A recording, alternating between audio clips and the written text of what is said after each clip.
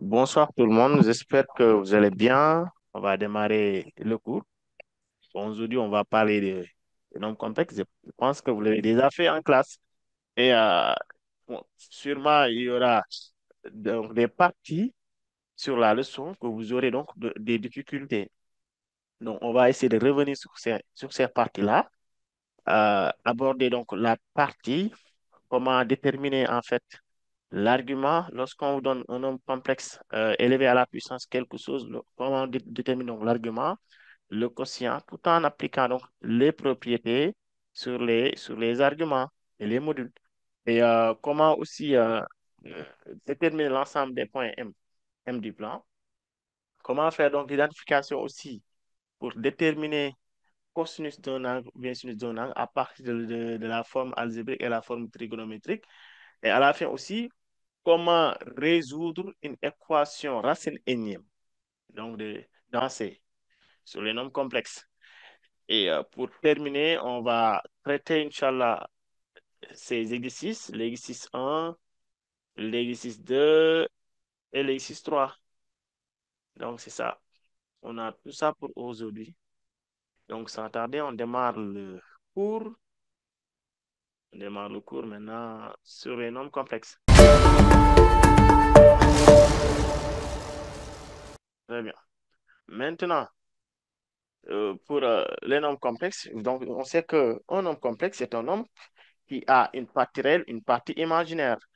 La partie réelle est un réel. La partie imaginaire aussi est un réel. Maintenant, la partie imaginaire est accompagnée d'un nombre, d'un nombre imaginaire noté i. Et tel que i au carré égale moins 1. C'est tout ce qu'on sait de ce nombre imaginaire. Ce nombre imaginaire élevé au carré est égal à moins 1. C'est un nombre imaginaire. Donc, c'est ça. C'est pour cela qu'on l'appelle l'ensemble des nombres complexes. Parce que vous avez en sixième, vous avez étudié donc, l'ensemble des nombres entiers, l'ensemble des nombres entiers décimaux relatifs. Donc, c'est tout nombre qui a une partie décimale finie. C'est ça un nombre décimal. Vous avez appris aussi l'ensemble des entiers relatifs. Ce sont les entiers qui peuvent être négatifs, positifs ou négatifs. Ouais. Vous avez vu aussi l'ensemble des entiers, l'ensemble des nombres rationnels, l'ensemble Q. Un nombre rationnel, c'est tout nombre qui peut s'écrire sous la forme A sur B, A étant un entier, B aussi un entier différent de zéro. En troisième, vous avez vu aussi l'ensemble des nombres réels. Ah, en amenant donc les racines carrées. Une racine carrée n'est pas forcément un entier ou bien un nombre rationnel. Donc, on peut catégoriser donc ça sur les réels, l'ensemble des nombres réels notés R. Et maintenant, en troisième, vous allez voir un autre ensemble appelé l'ensemble C, l'ensemble des nombres complexes.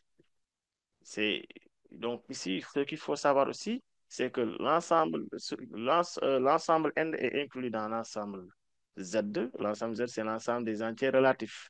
Et l'ensemble Z est inclus sur l'ensemble des nombres décimaux, l'ensemble D. Donc, vous voyez. Donc, ce qui veut dire que l'ensemble R est inclus aussi dans l'ensemble C. Tout complexe n'est pas forcément un réel, mais tout réel est forcément un nombre complexe.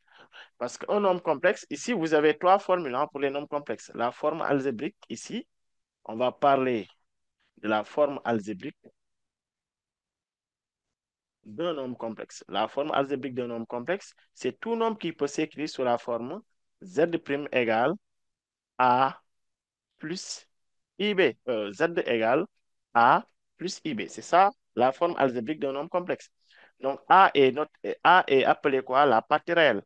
Donc, ici, la notation, c'est RE de A. Donc, ici, est appelé RE de Z ici est égal à A. Donc, ce qui veut dire quoi? Partie réelle de Z.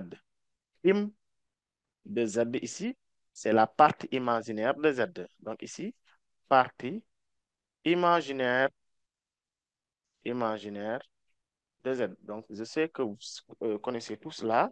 Maintenant, c'est l'essentiel. Hein? Donc, c'est ça la forme algébrique. Donc, composée donc, d'une partie réelle, une partie imaginaire.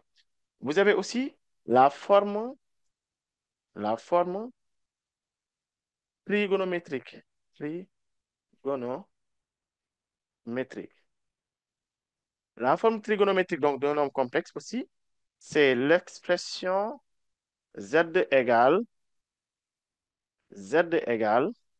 module de z facteur de cosinus θ plus i sinus θ. Bon, vous connaissez le module, vous pouvez le calculer. Donc, ici, je donne des points qui sont essentiels pour les nombres complexes. Ça fait partie donc, des premiers chapitres donc, de votre programme. Donc, on n'a pas besoin de détails et tout. Donc, ici, vous connaissez comment calculer le module, comment calculer l'argument. Ici, le module de z est égal à racine carrée de a au carré plus b au carré. A, c'est la partie réelle au carré. B, c'est la partie imaginaire. Hein. Et comment dire, θ, c'est tout simplement argument de z. Θ égale argument de z. Donc, c'est ça la forme trigonométrique. La forme exponentielle, la forme exponentielle, la forme exponentielle, c'est z égale module de z exponentielle de i θ.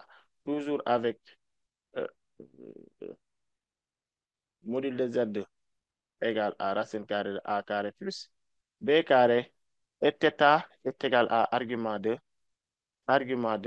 z. Donc, on va revenir un peu sur les arguments ici, sur les arguments avec ses propriétés. Argument d'un nombre complexe. Argument d'un nombre complexe. Donc, ici, pour calculer l'argument d'un nombre complexe, euh, ici, il faut d'abord retrouver la forme algébrique. Si on a la forme algébrique ici, z égale a plus ib, là, on a la forme algébrique. A plus ib, et ça, c'est la forme algébrique. Et on a aussi la forme trigonométrique qui est égale à module de z, facteur de cos θ plus i sinus θ. Donc, ça, c'est la forme trigonométrique. Comme c'est le même nombre complexe, regardez bien, comme c'est le même nombre complexe, ici, on a la forme algébrique et là, la forme trigonométrique. Donc, un nombre complexe, comme tout à l'heure, ce que je disais tout à l'heure, un nombre complexe est composé d'une partie réelle et une partie imaginaire. La partie imaginaire, c'est le réel qui accompagne i. Ici, c'est le réel qui accompagne i. Donc, par exemple, ici, pour notre forme algébrique, vous avez z égale a plus ib. Notre a va être la partie réelle. Le B est la partie imaginaire. Vous voyez bien. Maintenant, pour la forme trigonométrique aussi, notre partie réelle, c'est ce réel-là. C'est le module de Z. Bon, on va essayer de développer ici. Z égale module de Z cosinus θ. Plus, lorsqu'on développe encore, c'est I module de Z sinus θ. Vous voyez bien. Donc ici, tout ça, c'est la partie réelle et tout ça, c'est la partie imaginaire. Et qu'on a le même nombre complexe, z égale a plus ib. A, c'est la partie réelle. Ici, z égale le module cos de θ qui représente la partie réelle de z.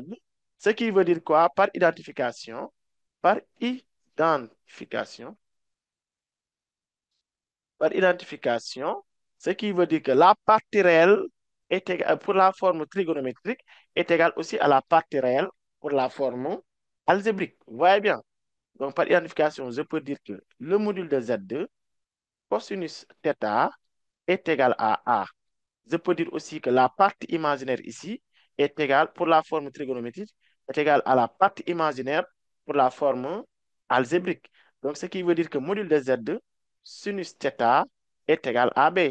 Donc, lorsque je trouve cosinus θ, pour trouver cos θ, on met A sur le module de Z2. Le sinus de θ est égal à B sur le module de Z. Donc, si je regroupe ces deux-là, cela veut dire que lorsque je veux trouver l'argument d'un nombre complexe, l'argument c'est θ. Argument de, de Z2, en fait, argument de Z2 est donné par la formule qui est là, cos θ égale à la partie réelle sur le module sinus θ égale à la partie imaginaire divisée par le module. Donc, vous voyez bien. Et dans ce cas, on va essayer de voir l'angle correspondant à ces deux valeurs, le cosinus et le sinus. Je donne l'exemple de ça. Si vous avez cosinus θ et sinus θ, bon, je donne un exemple. Donc ici, par exemple, cosinus θ, cosinus θ et sinus θ, dont le cosinus égale racine carrée de 3 sur 2 et le sinus égale 1 demi. Donc, vous voyez bien que l'angle correspondant donc, à ces valeurs, c'est égal à pi sur 6. Bon, pi sur 6 modulo 2 pi. Pi sur 6 plus 2 kpi, parce que tout angle correspond à l'angle lui-même plus 2 kpi. Vous voyez bien. Donc, vous avez un tableau aussi pour les angles, pour les valeurs donc, des angles remarquables. Un tableau comme ça, où vous avez, par exemple, ici, 0, puis sur 6, puis sur 4, puis sur 3, puis sur 2, et je pense que c'est fini jusqu'à pi. Et là, vous avez sinus, et là, vous avez cosinus. Donc, ce qui veut dire que ici, sinus de 0 égale 0. Là, 1, je mets 2, 3, et je termine par 1. Et par 0. Là aussi, je commence par 1, 1 demi.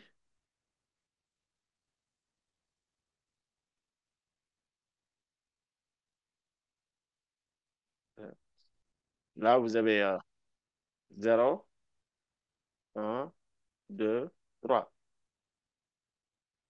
Donc ici, c'est 1 demi, racine de 2 sur 2, racine de 3 sur 2. Et là, vous avez racine de 3 sur 2, racine de 2 sur 2, etc.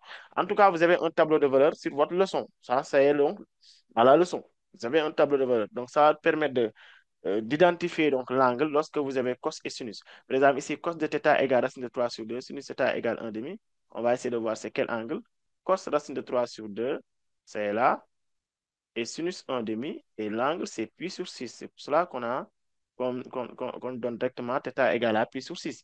Maintenant, vous pouvez aussi utiliser votre machine pour déterminer l'angle.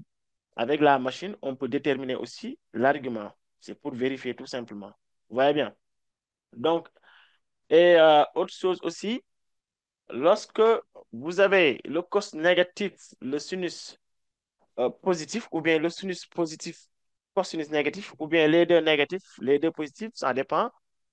L'angle peut varier. L'angle peut varier. Par exemple, ici, lorsqu'on a, lorsqu'on a ici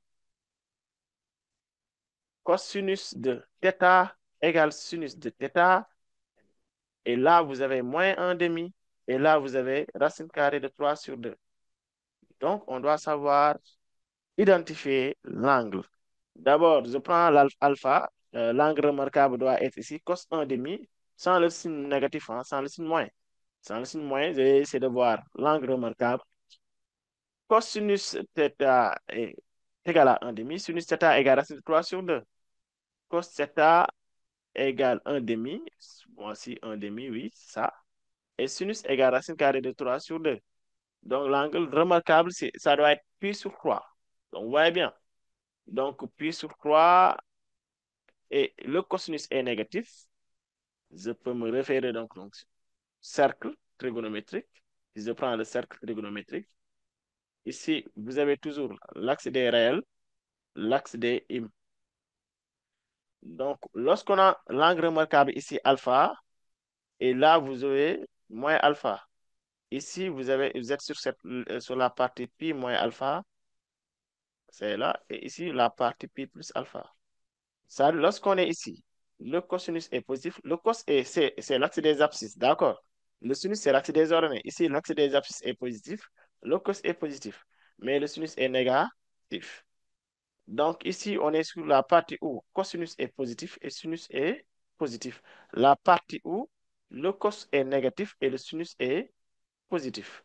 Donc ici, le cosinus est négatif et le sinus aussi est négatif. Donc, vous voyez bien. Donc, si on est sur cette partie où les deux sont positifs, cos positif, sinus positif, là, on prend tout simplement l'angle remarquable. Comme ici, notre premier cas, ici, on a racine de 3 sur 2, 1 demi. Cos est positif, sinus est positif. Je prends directement l'angle remarquable. Mais pour le cas que j'ai donné ici, cos égale moins 1 demi, sinus égale racine de 3 sur 2. L'angle remarquable, bien vrai que c'est ici pi sur 3, mais regardez ici, le cosinus est négatif. Donc, on doit être sur cette partie, la partie où cos est négatif et sinus est positif. Donc, vous voyez bien. Donc, l'argument doit être pi moins alpha. On prend pi moins l'angle remarquable qu'on a trouvé. L'angle remarquable, c'était pi sur 3. Dans ce cas, je dois mettre θ égale pi moins pi sur 3. Et tout calcul donne 2 pi sur 3, modulo 2 pi. Donc, vous voyez, c'est comme ça qu'on trouve l'argument. Oui, c'est comme ça qu'on trouve l'argument. Maintenant, si je donne un nombre complexe avec z égale 2i moins, pas 2i, mais 2 moins 2i, par exemple. 2 moins 2i. Et je demande de trouver l'argument de z. Trouver l'argument, l'argument de z. Trouver l'argument de z. Et dans ce cas ici, ce qu'il faut faire, c'est d'appliquer cette formule. On doit appliquer cette formule. Pour trouver l'argument, automatiquement, on doit calculer le cosinus et le sinus. Le cos, c'est la partie réelle sur le module. Le sinus, c'est la partie réelle sur le module. On aura besoin d'abord du module. On calcule le module d'abord. Module de Z2 égale, c'est racine carrée de 2 au carré plus moins 2 au carré. C'est la partie réelle au carré plus la partie imaginaire au carré. Ce qui donne 4 plus 4, c'est racine carrée de 8, qui est égal à 2 racines carrées de 2. Donc, voici le module. Et automatiquement, je calcule le cosinus θ et le sinus θ. Le cosinus θ, c'est la partie réelle qui est égale à 2, divisé par le module de racine carrée de 2. En simplifiant, on trouve ça et finalement, je trouve racine de 2 sur 2. Le sinus θ, on prend la partie imaginaire. Ici, la partie imaginaire, on voit bien que c'est moins 2. Je prends moins 2 sur 2 racine carrée de 2. En simplifiant, on trouve moins 1 sur racine de 2. Et tout calcul donne moins racine de 2 sur 2. Et on va essayer de voir l'angle remarquable d'abord ici. Cos racine de 2 sur 2, sinus racine de 2 sur 2. L'angle remarquable, racine de 2 sur 2, racine de 2 sur 2. Égale pi sur 4. Donc ici, l'angle remarquable égale pi sur 4, mais le cos est positif, le sinus est négatif. Cos positif, sinus négatif. On est à moins alpha, moins l'angle remarquable. Dans ce cas ici, θ égale moins pi sur 4. Modulo de pi. J'espère que vous avez compris cette partie. Sinon, vous pouvez lever la main toujours pour que je puisse expliquer. Sinon, on avance. Je pense que ça, c'est pas un problème hein, pour les arguments. Ce que vous devrez comprendre aussi sont les arguments, les propriétés sur les arguments. C'est d'où bas. C'est d'où? C'est d'où? Tu as une question? Oui, bon, c'est pas grave. On continue. Modulo 2pi, c'est toujours obligatoire pour les arguments. Modulo de plus, c'est pour préciser que c'est en fait ça, c'est l'une des mesures donc de cet angle. Parce qu'ici, on peut avoir plusieurs mesures. Hein. On peut avoir plusieurs D'accord. mesures. Donc, on demande de déterminer un argument. Là, c'est l'un de ces arguments. C'est pour cela qu'on précise que c'est modulo de pi. Et modulo de pi, c'est 2 k pi. Hein. C'est plus 2 k pi.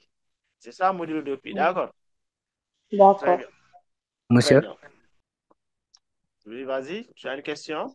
Pour l'argument, comment vous avez fait pour trouver moins pi sur 4? Très bien. Je pensais que vraiment, ça, c'était pas un problème pour vous. C'est pour cela que je n'ai pas trop insisté. Maintenant, je vais revenir un peu. Regarde, j'ai donné ici un cercle. Donc, je vais encore mettre ici le cercle pour que ça soit beaucoup plus clair. Je vais mettre le cercle ici. Donc, ici, c'est l'axe des cos. Et là, vous avez l'axe des sinus. Sur le cercle, vous avez un repère avec deux axes. l'axe des cos et l'axe des sinus. D'accord? Là, sur cette partie, vous avez toujours l'angle remarquable. Bon, je vais mettre les diagonales comme ça.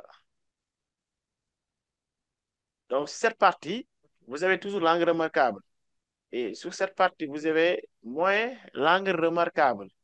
Là, vous avez pi moins l'angle remarquable. Essayez de maîtriser la disposition de ces angles-là à partir du cercle trigonométrique. D'accord? Pour Oui. pouvoir donc déterminer à chaque fois que vous avez donc cos et sinus, quelles que soient les valeurs. Maintenant, vous avez un axe, deux axes, n'est-ce pas? L'axe des sinus et l'axe des cosinus. On sait que lorsqu'on a un axe, il y a toujours une partie positive et une partie négative, n'est-ce pas? Très bien. Sur cet axe, sur cette partie, comment est le cosinus et comment est le sinus? Le cos est comment et le sinus est comment? Le cos est positif, le sinus est positif. Donc, cela veut dire lorsqu'on est en train de calculer, par exemple, l'argument et on trouve deux valeurs positives, on prend directement alpha. Alpha, c'est l'angle remarquable. C'est le cas ici. Cos θ égale racine de 3 sur 2. Racine de 3 sur 2 est positif. Sinus θ égale 1 demi. Donc, vous avez les deux positifs. Cos positif, sinus positif. Moi, je regarde directement alpha dans ce cas. C'est l'angle correspondant. L'angle, c'est pi sur 6. Vous voyez bien. Je prends directement pi sur 6. Maintenant, pour notre cas ici, le cas de cos θ égale moins 1 demi et sinus θ égale racine de 3 sur 2. Là, on voit bien que le cosinus est négatif et le sinus est positif. La première chose à faire, c'est d'identifier l'angle remarquable. Comment identifier l'angle remarquable? Je prends les nombres sans le signe moins. Je prends cos 1 demi, sinus racine de 3 sur 2. C'est là, l'angle c'est pi sur 3. Là, alpha égale pi sur 3. D'accord? Maintenant, on doit régler le problème de cos négatif, sinus positif. Cos négatif, sinus positif. Bon, je continue. Sur l'autre partie ici, le cosinus, on voit bien que le cosinus cette fois-ci est négatif, mais le sinus est positif. Parce que c'est ça Mhm. l'axe des sinus. C'est ça l'axe des cosinus. D'accord? Et sur cette partie, on a bien cos positif, mais le sinus est négatif. Ici, les deux sont négatifs. Vous voyez bien? Donc, essayez de maîtriser cette cercle. Donc, vous n'aurez pas de problème dans ce cas pour déterminer l'argument. Donc, je disais quoi? Ici, le cos est négatif, le sinus est positif. Dans ce cas, on est sur cette partie. La partie où cos est négatif, sinus est positif. D'accord? Mhm. Et dans ce cas, si on a cos négatif, sinus positif, qu'est-ce qu'il faut faire? Prend pi moins l'angle remarquable, l'angle qu'on a trouvé. L'angle, c'était pi sur 3. Donc, c'est pour cela que j'ai pris pi moins pi sur 3. En calculant, on trouve 2 pi sur 3. Donc, pour l'autre exemple aussi, on a bel et bien trouvé cos égale racine de 3 sur 2, sinus égale moins racine de 2 sur 2. L'angle remarquable pour racine de 2 sur 2, racine de 2 sur 2, c'est pi sur 4. Mais on voit bien que le sinus est négatif ici. Vous avez moins racine de 2 sur 2. Le sinus est négatif. Maintenant, comme le sinus est négatif, on est sur cette partie. Le cos est positif, le sinus est négatif. On est sur cette partie. Cos positif, sinus négatif. Donc, on prend moins alpha. Moins alpha. C'est pour cela qu'on a moins pi sur 4. Est-ce que c'est clair? Ami, Oui, c'est clair.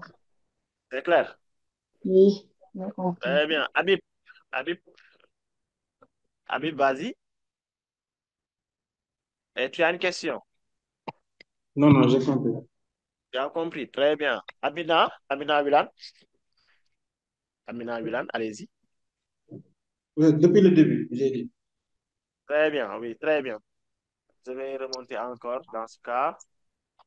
Et la leçon, c'est donc, on a envoyé donc un fichier donc PDF. Vous pouvez télécharger la leçon à partir de votre compte. Encore une fois, vous pouvez toujours consulter votre compte pour télécharger la leçon. Vous avez la leçon et les exercices là-bas. Donc, allez-y rapidement. C'est bon? Oui, Donc, pour la deuxième phase aussi, c'est ça. C'est bon? oui. Amina, vas-y. Bonsoir. Ça va? Ici, on a les deux positifs, les deux négatifs. Oui, le 2 négatif, on prend pi On fait plus. pi plus alpha. Très bien, je donne un exemple. Je donne un exemple. Attends. Si tu as là, par exemple, je donne Z2 égale à moins 1 moins I racine carrée de 3. La première chose à faire, c'est de calculer le module. C'est moins 1 au carré plus. Attention, l'erreur qu'il ne faut pas commettre, c'est de mettre moins I racine de 3 au carré. On laisse le I ici. On prend que la partie réelle. Lorsqu'on est en train de calculer le module. D'accord. Donc ici, on trouve 2. Le module égale 2. Le cosinus θ et le sinus θ automatiquement. Le cosinus θ, c'est la partie réelle sur le module. C'est moins 1 demi. Et ici, la partie imaginaire sur le module. On voit, les deux sont négatifs. Identifie d'abord l'angle remarquable, cos 1 demi, sinus racine de 3 sur 2. L'angle remarquable à partir du tableau, cos 1 demi, racine de 3 sur 2. Donc, c'est pi sur 6, n'est-ce pas? Non, cos 1 demi, c'est pi sur 3. Ça doit être pi sur 3. Maintenant, l'angle remarquable, alpha ici, notre alpha égale pi sur 3.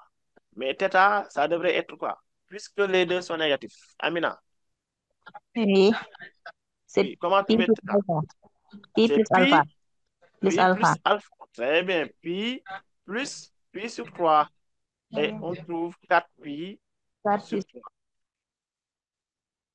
Donc, ouais, très bien.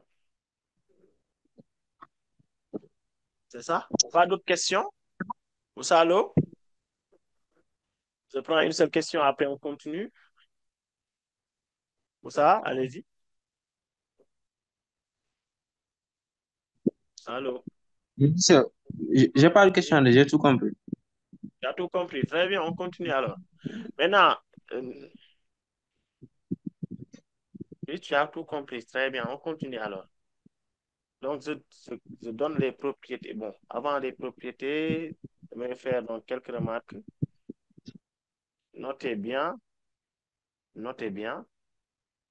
Donc, ici, si Z2 appartient à IR. Bon, si Z appartient à IR veut dire quoi?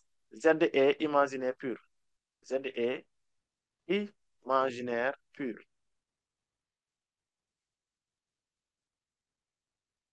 Z est imaginaire pur.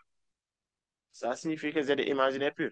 Maintenant, si vous avez un nombre complexe imaginaire pur, ce qu'il faut retenir, c'est que l'argument de Z dans ce cas égale à pi sur 2 modulo pi. D'accord, c'est pi sur 2 modulo pi. Si maintenant, si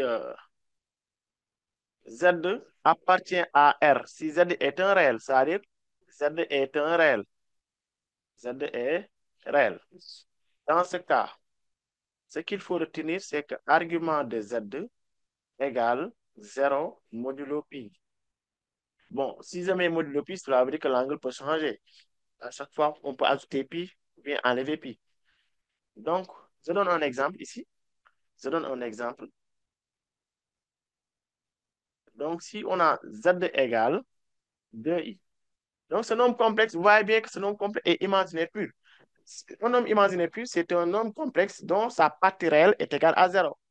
Si la partie réelle est égale à 0, on va dire que ce nombre complexe est imaginaire pur. Donc, dans ce cas, automatiquement, l'argument de Z2 égale pi sur 2, parce que je l'ai précisé. Donc, si vous avez un nombre complexe imaginaire pur, son argument est égal à pi sur 2. Mais modulo 2 pi égale pi sur 2. Attention, je vais vous montrer l'importance de mettre modulo pi. Ici, la partie réelle est positive, donc ça donne pi sur 2. Maintenant, ici, la partie imaginaire. Bon, si vous avez, par exemple, moins 5i, qui peut me donner l'argument de ce nombre complexe? Qui peut me donner l'argument, par exemple, de ce nombre complexe? On sait que ça, c'est imaginaire pur. Quel est l'argument de ce nombre complexe? Qui peut me donner ici l'argument de ce nombre complexe? Qui peut préciser ça? Oui, il y a Baïtare, oui, qui peut préciser donc. Baïtare, allez-y. Pi sur 2. Est-ce que Moins c'est pi sur pi 2. sur 2? Très bien, c'est moins pi sur 2. Parce que Donc, ouais, là, vous avez mis si Z appartient modulo à pi R. C'est R. appartient à R plus, Non, étoile c'est R plus. plus. C'est R plus. Parce que j'ai mis modulo pi. Non, Si ici, c'était modulo de pi, ça aurait été R plus. D'accord. J'ai mis modulo pi. non, je dis là, vous avez mis Z appartient à R seulement. Oui, c'est R. C'est seulement R. Pas R plus, c'est R. Seulement. Oui, Ok. très bien. Maintenant, regardez bien. Donc, si Z égale à 21, Z égale 21, entraîne que argument de Z égale quoi? Entraîne que argument de Z égale quoi? Ramatoulaye Diop, Rama, Rama, allez-y. 0 modulo pi, 2 pi. C'est 0 modulo 2 pi, très bien. Et si Z égale moins 105, entraîne que argument de Z égale quoi? Pi modulo 2 pi. Égale pi modulo 2 pi. Donc, si un nombre complexe est réel pur, est réel, soit l'argument égale 0 ou bien pi. Donc, là aussi, je peux vous aider à partir du cercle aussi. Le cercle est là. Donc, ici, vous avez deux axes toujours. Et ce qu'il faut savoir, ça, c'est l'axe des réels. Ça aussi, c'est l'axe des im. C'est en même temps aussi l'axe des cos, parce que cosinus, c'est réel. Im, c'est sinus. D'accord. Donc, l'axe des cos, l'axe des réels. Maintenant, à partir du cercle, on peut placer des angles. Donc, ici, ça commence à partir de 0. Et là, vous avez 90 degrés, un angle droit. Dans ce cas, ici, vous avez en radian, c'est pi sur 2. Donc, vous voyez bien. Donc, ici, vous avez l'angle 0, l'angle pi sur 2. Jusque-là, vous avez un angle plat, c'est pi. Et ici, vous avez moins pi sur 2. Donc, vous voyez bien. Ce qui veut dire quoi? Sur l'axe des réels, on a deux angles. Regardez, l'axe des réels. Voici l'origine. On a deux angles. Soit c'est 0, soit c'est pi. Sur l'axe des imaginaires, vous avez aussi deux angles. C'est moins pi sur 2 ou bien pi sur 2. Maintenant, regardez, sur cette partie, l'axe des réels est comment? Positif. Donc, cela veut dire que si Z appartient à l'axe des réels positif, l'argument de Z dans ce cas, c'est tout simplement 0. C'est pour cela ici, l'argument de 21, ici c'est un réel positif, égal 0. Donc, si l'angle ne doit pas changer, vous mettez 2pi. Si on précise le signe, hein, si vous connaissez donc le signe donc, de la partie, soit de la partie réelle ou bien la partie imaginaire, c'est toujours modulo 2pi. Donc, vous voyez bien. Si Z appartient à R-, R- veut dire quoi? R- veut dire l'axe des réels négatif. Voici la partie où l'axe des réels est négatif. Ici, l'angle qu'on a ici, c'est pi. Dans ce cas, argument de Z égale à pi modulo 2pi. Donc, vous voyez bien. Donc, si vous êtes sur la partie imaginaire, c'est-à-dire si Z appartient à IR plus si on est sur la partie imaginaire positive, c'est ici. L'argument, c'est pi sur 2. Alors, argument de Z2 égale pi sur 2 modulo de pi. Et si on est sur la partie imaginaire négative, sur la partie imaginaire négative, IR-, dans ce cas, argument de Z2 égale moins pi sur 2 modulo de pi. Donc, vous voyez, modulo de pi, c'est parce qu'on précise toujours le signe. Lorsqu'on précise le signe, regarde plus ou moins, c'est toujours modulo de pi. Lorsqu'on ne précise pas de signe, c'est modulo pi. Ça, c'est clair. Des fois, vous voyez modulo pi ou bien modulo de pi. Modulo pi, c'est lorsqu'on connaît le signe. Si c'est plus ou moins. Maintenant, modulo pi, c'est lorsqu'on ne connaît pas le signe. Par exemple, si on dit euh, Z2 est un réel. Je ne connais pas le signe du réel. Je ne connais pas le signe du réel.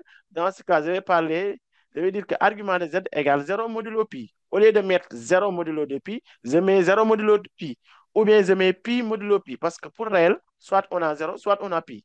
Je mets 0 modulo pi ou bien pi modulo pi. Donc, vous voyez bien.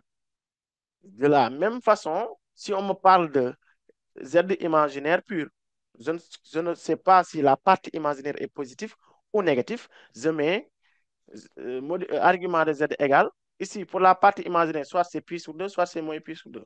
Je mets pi sur 2 modulo pi ou bien moins pi sur 2 modulo pi. pi sur 2, modulo pi. Je mets modulo pi.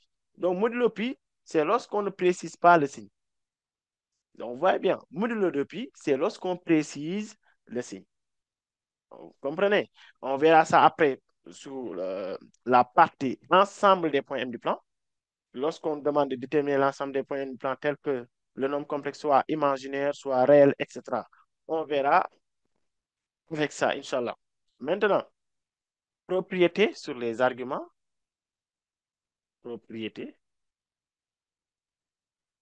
Donc, ce qu'il faut savoir, c'est que l'argument de z fois z'.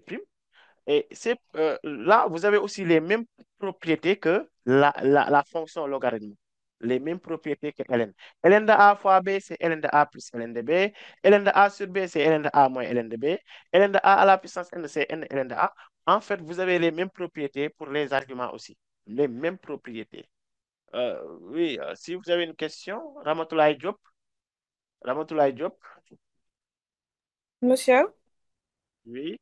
j'ai pas compris pour les arguments. Quand est-ce qu'on met modulo 2pi et modulo pi seulement? Oui, tu n'étais pas là lorsque j'expliquais. Hein? Tu Si, étais mais là? j'ai pas compris. Maintenant, suivez bien. Donc, regarde, je dis quoi? Je disais quoi? Est-ce que tu as compris aussi les angles au niveau donc, du cercle? Oui, Ouais, maintenant, ça, c'est l'axe des réels. Cet axe-là, c'est l'axe des réels. L'axe des réels a deux angles. Soit c'est 0, soit c'est pi. Quand est-ce que c'est 0? C'est lorsque le réel est sur la partie positive. Ici, vous avez l'axe des réels positifs. Ici, la partie est positive. Donc, si la partie est positive, vous avez l'angle 0. Argument, c'est l'angle. D'accord? L'argument, c'est 0. Et le réel négatif, l'argument, c'est pi. Là, vous avez l'axe imaginaire. La partie est positive. L'argument, c'est pi sur 2. La partie est négative. L'argument est égal. Moins pi sur 2.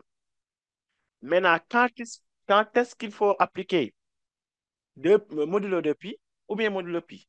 Modulo de pi, c'est lorsqu'on précise le signe du réel. D'accord?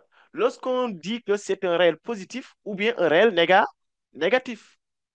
Lorsqu'on dit rien, là, on ne connaît pas le signe, on met modulo pi. Modulo pi veut dire que l'angle peut varier, l'angle peut changer. On peut toujours ajouter pi, ouais, ou 2 pi, ou 3 pi, etc. C'est bon.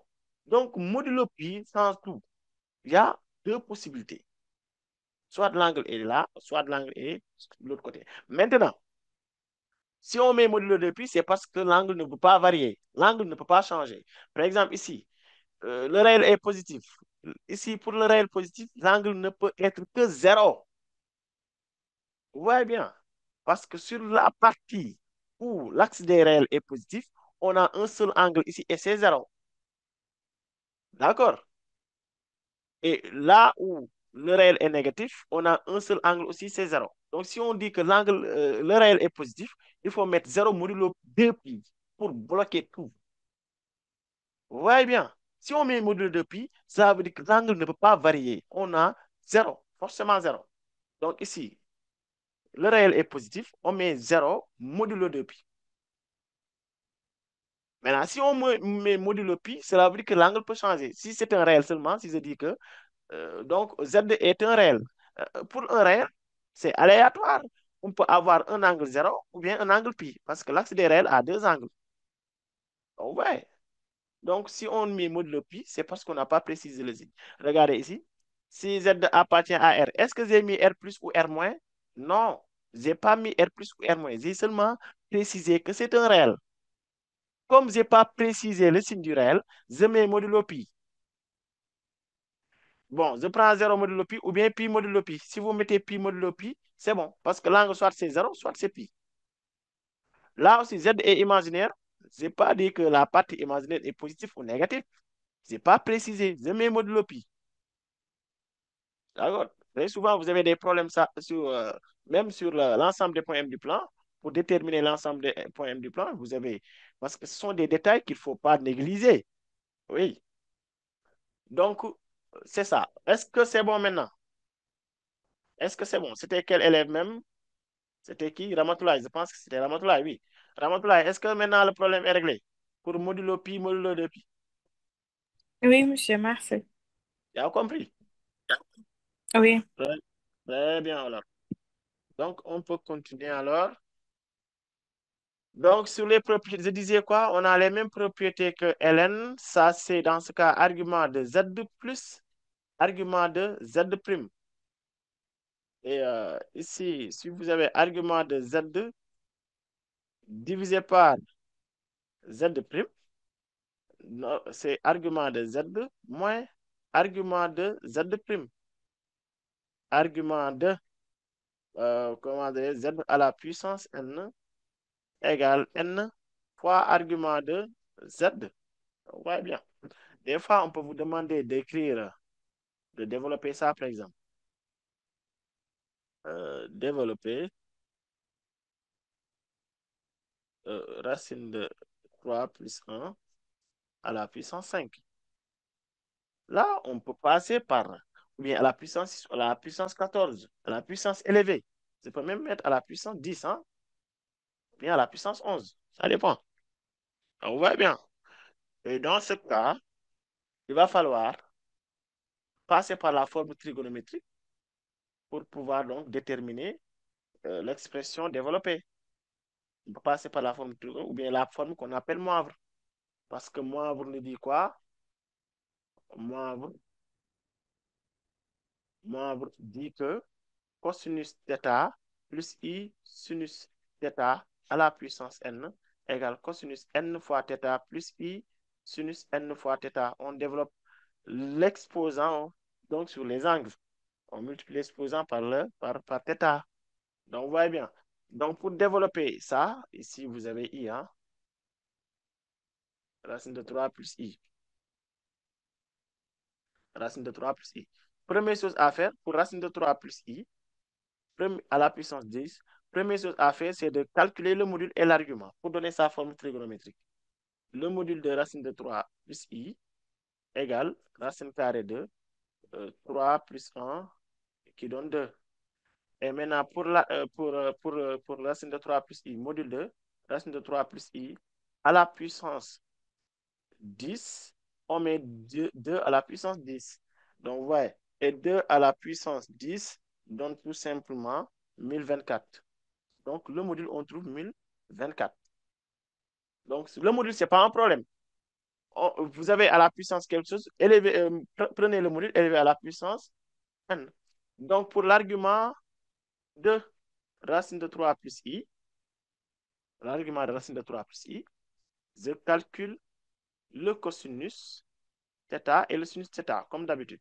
Le cosinus θ égale, la partie réelle, c'est racine de 3 sur le module, et la partie imaginaire, c'est ça, 1 demi. Et l'angle qui va correspondre à ces valeurs, c'est pi sur 6. Donc, ouais, pi sur 6 modulo 2pi. Et en appliquant moivre, cela veut dire que cosinus de pi sur 6 plus i sinus de pi sur 6 à la puissance 10 doit être tout simplement cosinus. Ici, moivre dit on doit mettre n fois θ. Cosinus de 10 fois pi sur 6.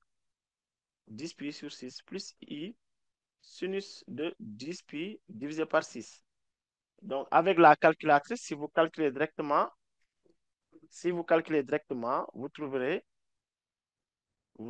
donc ici euh, cosinus de 5 pi sur 3. Donc, cos de 5 pi sur 3, en simplifiant, plus i, sinus de 5 pi sur 3. Et je peux donner la forme maintenant trigonométrique.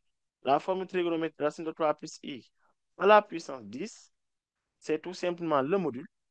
Le module, c'est 1024, facteur de cos de 5 pi sur 3, plus i, sinus de 5 pi sur 3. Et là, avec la calculatrice, je peux calculer cos de 5 pi sur 3. Si vous mettez cos 5 pi sur 3, la machine en radian d'abord, la machine en radian, et vous calculez cos de 5 pi sur 3. Cos de 5 pi divisé par 3.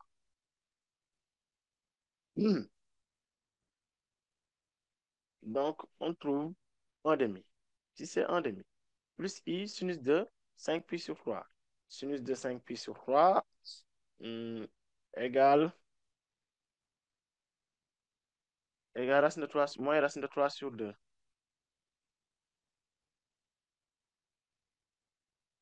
Et lorsqu'on développe ici, on trouve 1024 fois 1 demi qui donne 512.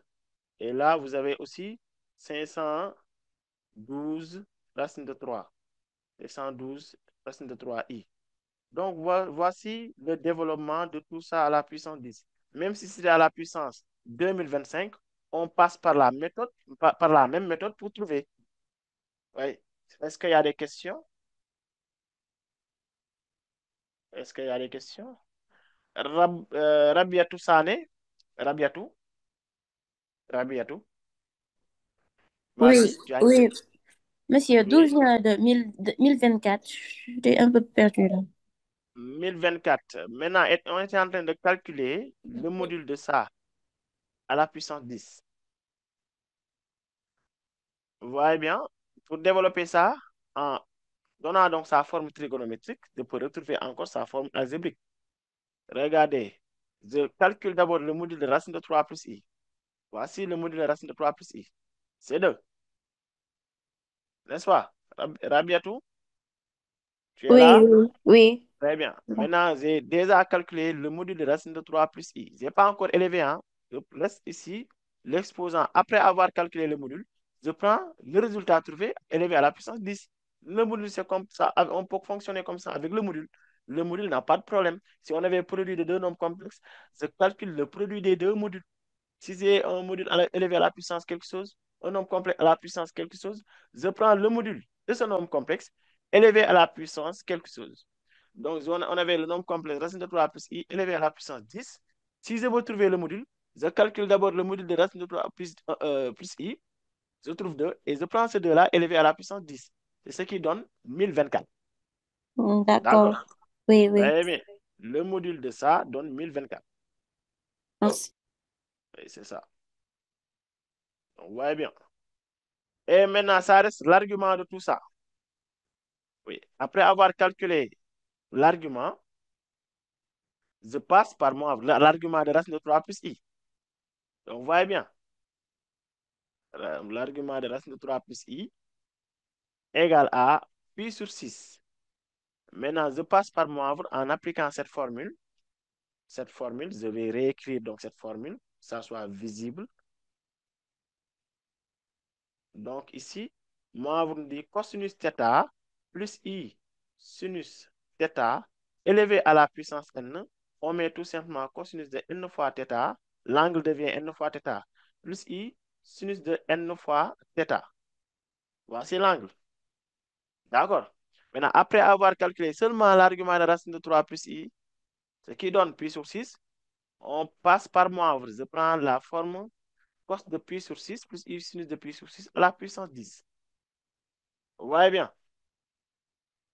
Et j'applique cette formule. Ouais.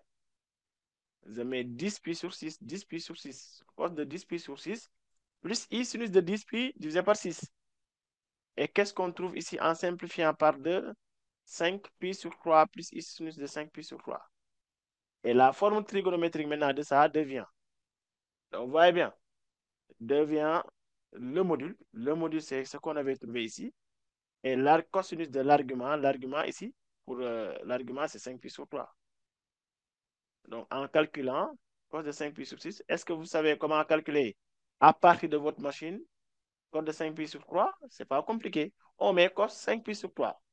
Vous appuyez sur cosinus 5 pi, il faut mettre la machine en radian d'abord. Divisé par 3, et ça donne la valeur. Hein? Plus i sinus de 5 pi sur 3. On calcule sinus de 5 pi sur 3. Vous voyez bien. Et vous avez ces valeurs en développant. Donc, voici la forme développée de racine de 3 plus i à la puissance 10. Oui. Donc, ici, il ne faut pas... Oui, Amina Wilan. Amina? Amina? Oui, mon chef. Oui, On, éloigne-toi un peu, il y a beaucoup de bruit. on peut Allez-y, mettre aussi, oui, on peut on peut mettre. mettre Racine de 3 plus i au carré multiplié par racine de 3 plus i à la puissance 5, ou bien? Pourquoi? En fait, on met racine de 3. Oui, dans ce cas, par exemple, 3 plus i à la puissance 10. On met, par exemple, racine de 3 plus i au Oui, carré, le tout à au la carré. puissance 5. Ensuite, on développe ça. Oui. Après avoir développé, il y a l'exposant 5 qui nous attend encore. Non, on multiplie encore racine de 3 plus i à la puissance 5. Non? Après avoir développé ça, ici, c'est sous forme d'exposant. Oui. On développe encore avec l'exposant 5. Ça te fera beaucoup de calculs quand même. On peut passer par ça, mais tu peux te tromper, hein? Il est D'accord. préférable de calculer le module, calculer l'argument, et hop, Oui. vous avez la forme. Oui, Moussa. Moussa, allô? Moussa, oui, vas-y. Moussa, oui. Oui, monsieur. Oui, Monsieur, oui, je vous entends. monsieur, vous m'entendez? Oui, je vous entends très bien même. D'accord. J'ai passé par la forme exponentielle. J'ai eu la même résultat. Très bien, ça aussi, c'est une possibilité. Tu peux passer par la forme exponentielle et obtenir le même résultat. Résultat. Très bien. Donc, Bon soit résultat. c'est par la forme trigonométrique ou bien par la forme exponentielle. En tout cas, calculer le module, l'argument et le reste, ça sera facile. Suleiman, Suleiman, allez-y. Suleiman Diallo. Suleiman Diallo, oui. Ou bien on prend Habib, Habib Ly. Habib, ça, tu peux fermer le micro. Oui. Très bien. C'est bon alors. Donc, ici, on continue. Maintenant, rapidement, avant qu'il soit l'heure, on entame la partie, l'ensemble des points M du plan, hein. Ensemble des points M. Avant, donc ici, ensemble des points M du plan. Maintenant, pour l'ensemble des points M du plan, rapidement, ici, ce qu'il faut connaître d'abord sur les ensembles des points M du plan, lorsque vous avez MA, par exemple, égale K, K étant un réel positif, avec K, un réel positif. Donc, ici, l'ensemble des points M du plan, c'est un cercle, c'est automatiquement un cercle. Donc, ici, on va dire que l'ensemble des points M du plan est un cercle de centre A et de rayon R égale K. Je vais m'expliquer. Bon, si on a, par exemple, la distance MA égale 3. Donc ici, la distance MA égale 3. Exemple. La distance MA égale 3. On vous dit que la distance MA est égale à 3. Sachant que A est un point fixe, mais M, c'est l'ensemble de points. Un point qui se déplace. Mais en respectant toujours cette condition, la distance entre le point M et A doit mesurer 3 cm. Donc, ce qui veut dire quoi? Je peux mesurer à partir de 3 cm et placer un point M. M peut être ici, mais M n'est pas un point fixe, n'est-ce pas? M, c'est un point qui peut se déplacer. Donc, on peut déplacer encore ici de 3 cm et mettre un point M. 3 cm, c'est-à-dire à chaque fois, je peux mesurer 3 cm et mettre le point M. Vous voyez bien? Et finalement, à la fin, on obtient un cercle. Donc, M appartient à ce cercle de centre A et de rayon 3 cm. Donc, c'est pour cela que lorsque vous avez ça, M étant l'ensemble des points M du plan, donc ici, c'est un cercle de centre et de rayon, de centre A et de rayon. Le point qui accompagne A représente le centre. Et un autre cas, si vous avez MA égale MB, là, on va dire que M appartient à la médiatrice de AB, du segment AB. Bon, c'est aussi facile. A et B, des points qui sont fixes, toujours. A et B, des points qui sont fixes. On veut que la distance MA soit égale à la distance MB. La première solution ici, c'est M appartient au milieu du segment AB. Dans ce cas, MA et MB seront, les distances seront égales. Mais lorsqu'on trace ici une droite perpendiculaire, et à chaque fois qu'on place un point sur cette droite, vous aurez les deux distances égales. Donc, vous voyez bien. Et cette droite est appelée la médiatrice. Donc, lorsque M est sur la médiatrice de AB, dans ce cas, on aura la condition MA égale MB. Ça sera toujours un triangle équilatéral ou un triangle isocèle en M. Donc, vous voyez bien. Donc, c'est ça. Maintenant, si on revient sur les arguments avec les angles, euh, euh, d'abord, il faut savoir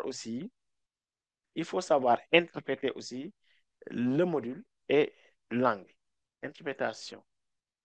Interprétation du module et de l'argument. Il faut savoir interpréter le module et l'argument. Lorsqu'on vous donne, par exemple, ça, Z, module de ZA moins ZB. L'interprétation, c'est quoi? Il faut me donner l'interprétation de ça. Interpréter, c'est dire, c'est la distance de tel point. Très bien, Moussa, allô, Moussa? Pour interpréter le module, on dit que c'est telle distance. Pour interpréter l'argument, on dit c'est tel Oui, angle, monsieur. tel angle. Oui, Oui, monsieur. oui. C'est le vecteur BA. Non, c'est pas un vecteur. Si on met les Non, valeurs absolues, cela oui, oui, représente oui. module. Donc, et module, Module, oui, oui, la distance. c'est Distance. une distance. Donc, Oui, s'il n'y c'est avait BA. pas, très bien, s'il n'y avait pas de module, par exemple, c'est le vecteur BA. Ici, ça Vecteur B. représente le vecteur Oui. BA. Mais par contre, module de ZA moins ZB représente la distance BA. On peut mettre Mhm. distance BA ou Mhm. ABA. La distance, bon, la distance non, importe pas. Maintenant, ici, euh, si on a par exemple module de ZA moins ZB sur ZA moins ZC. Donc, ça, c'est. Quelle est l'interprétation de ça? Quelle est l'interprétation? Fatima Diop, donnez-moi l'interprétation. Fatima? C'est l'angle. Non, l'angle, c'est argument. Lorsqu'on met des barres, cela veut dire module. Module veut dire distance. Donnez-moi l'interprétation du rapport. On ne peut pas parler d'angle. Hein? On ne peut pas parler d'angle ici. Lorsqu'on ne met pas argument, on ne doit pas parler angle. Awacham, Awacham, Awacham, oui, Awacham, oui. Awa, Awacham, vas-y. Ou bien on prend quelqu'un d'autre. Awacham, oui, tu es là? C'est AB sur AC. C'est quoi et quoi? C'est A, la distance. BA, C'est la distance BA sur la distance. Très CA. bien. Donc, lorsqu'on met module, on met distance, c'est facile. Module, c'est distance. Les barres représentent distance, tout simplement. Et on a le rapport qui est là, BA sur CA. Donc, encore une fois, Z moins ZA sur Z moins ZB. Et si je mets Z, cela représente l'axe du point M. Z, tout simplement, veut dire l'axe du point M. Donc, donnez-moi rapidement ici, donnez-moi le C'est rapport. Égal quoi ici? MA sur MB. Très bien, c'est MA ou bien AM sur BM. Donc, c'est ça, l'interprétation du module. Maintenant, on y va pour l'interprétation de l'argument. Donc, si vous avez argument de ZA moins ZB, donc c'est comment interpréter ça? Argument de ZA moins ZB.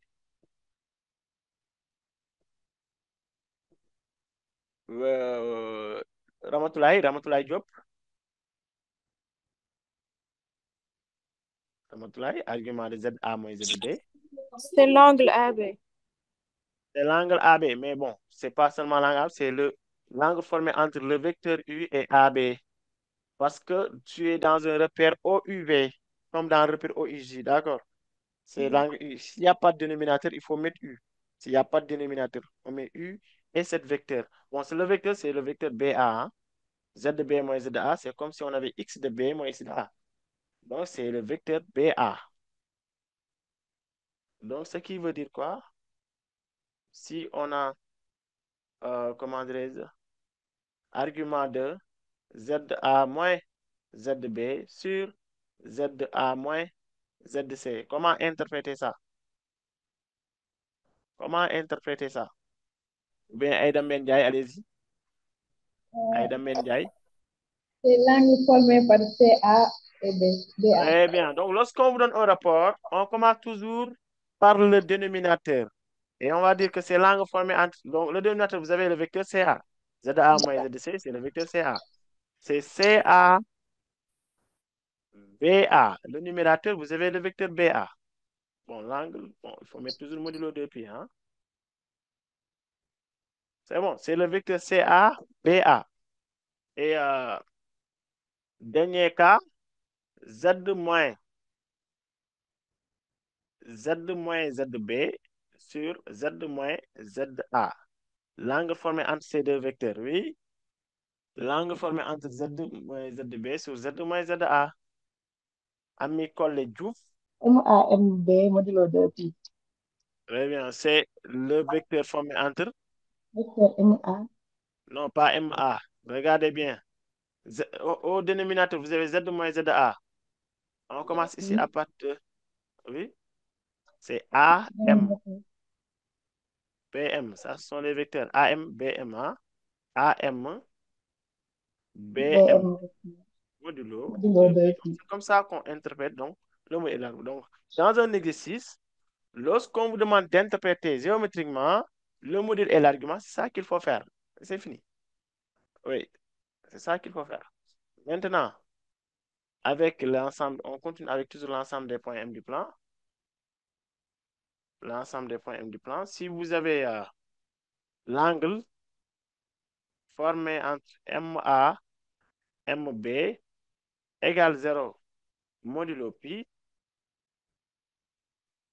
ici, ce qu'il faut retenir, c'est que M appartient à la droite AB, privé des points A et B.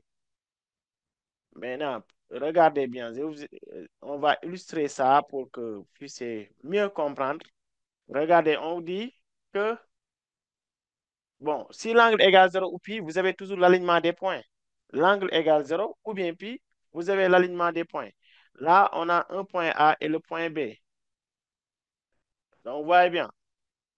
Donc, ici, si M est sur le segment AB, cela veut dire qu'ici, l'angle est égal à 0. Par exemple, si M est sur le segment MA, c'est de ce sens. MB, c'est de l'autre sens. Bon, l'angle égale à pi. L'angle égale à pi, ici. Vous avez pi.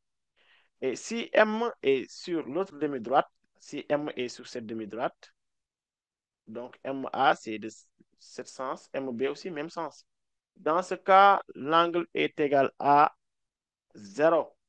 Deux vecteurs collinaires de même sens forment un angle de 0 degré. Deux vecteurs collinaires de sens opposé forment un angle de pi.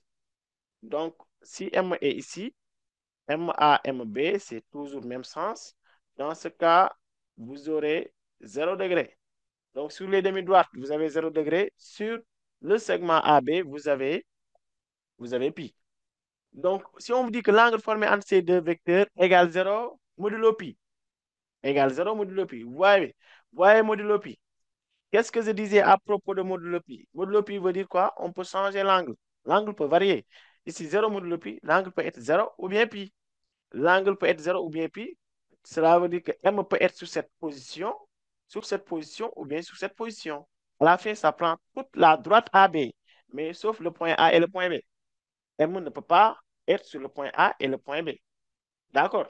Donc ici, M peut être sur toute la droite AB. Donc c'est pour cela, lorsque vous avez 0 modulo pi, c'est sur toute la droite AB. Dans ce cas, si vous avez l'angle formé entre MA, MB égale 0 modulo 2pi. Ouais. L'angle formé entre... qu'est-ce que je disais à propos de 2pi? 2pi veut dire quoi? On bloque l'angle. L'angle ne peut pas changer. Donc ici, l'angle doit être que 0. Que doit être dans ce cas l'ensemble des points M du plan? Si vous avez ça, MA, MB égale 0 modulo 2pi. C'est d'où bas? C'est d'où? C'est d'où? Qu'est-ce qu'on va dire à propos donc de ça? Oui, tu as une question? Monsieur? Oui? Oui, pouvez-vous revenir un peu sur comment on a fait pour trouver que M appartient à la droite AB? Oui, maintenant regardez. On vous dit que l'angle formé entre ces deux vecteurs. Ici, vous avez deux vecteurs. MA, MB égale 0 modulo pi. N'est-ce pas? Oui, Donc, je oui, disais quoi? Lorsque vous avez deux vecteurs qui forment un angle de 0 ou bien pi, cela veut dire que les points formés entre ces vecteurs sont alignés. Bon, ici, si vous avez 3 points, bien sûr. Si vous avez 3 points de oui, 5, MA et B sont 3 points de 5. D'accord? oui, Donc, déjà, on a l'alignement. oui, Maintenant, il faut préciser oui, la position de M. Si M peut être sur toute la droite ou bien sur une partie de la droite. Maintenant, avec cette condition, 0 d'accord, modulo pi, 0 modulo pi veut dire quoi? L'angle peut être 0, peut être pi. D'accord? Regardez l'illustration. Je trace donc une droite AB. On est d'accord que si M est oui, sur les demi-droites, l'angle sera 0. oui, Si M est donc sur le segment AB, oui, l'angle sera pi. N'est-ce oui, pas? Comme ici, on a dit oui, 0 ou bien pi, ça peut être oui, 0. Si c'est 0, c'est bon. Si c'est pi, c'est bon. Cela veut dire que oui, M peut être sur toutes les positions de la droite. Cela veut dire que M appartient oui, à la droite AB. Oui, ça est là. M appartient à la droite AB. Suivez des points A et B. oui. D'accord? Mais tout en Maintenant, sachant que regardez. M est au milieu du segment. Non, ici, M n'est pas au milieu du segment. M, c'est un point qui peut être n'importe où sur la droite. Donc, j'ai donné ici des cas. D'ac- Le cas où M est sur le milieu, c'est pas au milieu, hein, sur le segment, ça peut être ici Oui, ou ici. D'accord, sur le segment d'accord, A, d'accord, AB, d'accord. Donc, voici le segment. d'accord, M peut être n'importe où sur le segment AB. Si M est sur le segment AB, l'argument d'ac- égale à pi. Si M oui, est sur d'accord, l'une des demi-droites, l'argument égale à 0. d'accord, On est d'accord? d'accord, Très bien. Maintenant, si vous avez ça, 0 ou bien pi, M peut être sur n'importe quelle position, donc c'est toute la droite AB. mhm, Maintenant, regardez l'exemple que j'ai donné ici. MA, MB égale 0 modulo 2pi. MA, MB égale oui, 0 modulo 2pi. Cela veut dire que l'angle doit être que 0. oui, Parce que modulo 2pi veut dire quoi? L'angle doit être que 0. L'angle doit être autre chose que 0. d'accord, D'accord? d'accord, Dans ce cas, quelle est la position de oui. M? M doit être sur quelle position? Regardez Bon, bien le Sur, sur, schéma. sur le, sur, Sur les... sur le segment, sur le segment Non, AB. non, attends. Si M est sur le segment AB, l'angle doit être pi. D'accord, oui. Ici, Quand on sur dit la que droite l'angle doit... AB Très est bien. 0. Ici, vous n'avez pas compris? Ça doit être 0. L'angle doit Ça être veut dire 0. Donc, M appartient à la, M appartient à la droite AB. Oui. Maintenant, si tu dis que M appartient à la droite AB, il y a quelque part sur la droite Oui. où l'angle ne donne pas 0, l'angle égale pi. D'accord? Là, il faut Oui. clairement préciser la position ou bien les Privé. positions que peut occuper M. D'accord? D'accord. Donc, ici, on doit préciser quoi? M appartient où sur la droite AB? M doit être où sur la droite AB? Je pense qu'il y a d'autres élèves qui ont donc une idée sur ça. Euh, je prends par exemple Serre Touré. Serre Touré. Serre Touré. Est-ce que tu as une idée sur ça? Allez-y, Serre. Donc, Ou bien on prend... M au demi-droite. Au demi-droite. Très A, bien. M. M doit être sur les demi-droites. A, M, A, M. très bien. M peut être sur cette demi-droite ou bien cette demi-droite parce que c'est ici qu'on a l'angle 0. D'après cette condition, on dit que ces deux vecteurs doivent former un angle de 0 degré modulo de pi. Modulo de pi veut dire quoi? On doit avoir que 0. Donc, on ne doit pas avoir M au segment donc sur le segment AB. Donc, il y a une phrase beaucoup plus simple qu'on peut dire, hein, qui peut me donner la phrase. Hein? Oui, M, M oui, M appartient. à la droite AB, privé du segment AB. Très bien. Ici, on prend M appartient à la droite AB, Privé du privé, segment AB. très bien, du segment AB. C'est très simple. M peut prendre n'importe quelle position sur la droite AB, sauf le segment AB. Donc, vous voyez bien.